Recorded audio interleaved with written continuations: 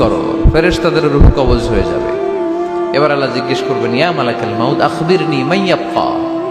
মালাকুল মউত বলবে, আল্লাহ আপনার কথা মতো ধরে ধরে সব শেষ, ফেরেশতাও শেষ, 4 জন ছাড়া। কয়জন ছাড়া? জোরে বলেন, কয়জন ছাড়া?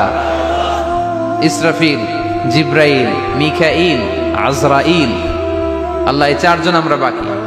আল্লাহ বলবে, যাও ইযহাব ইনতালিক ইলা জিবরিল ওয়াকবাদ রূহা, জিব্রাইলের রূহ কবজ করো।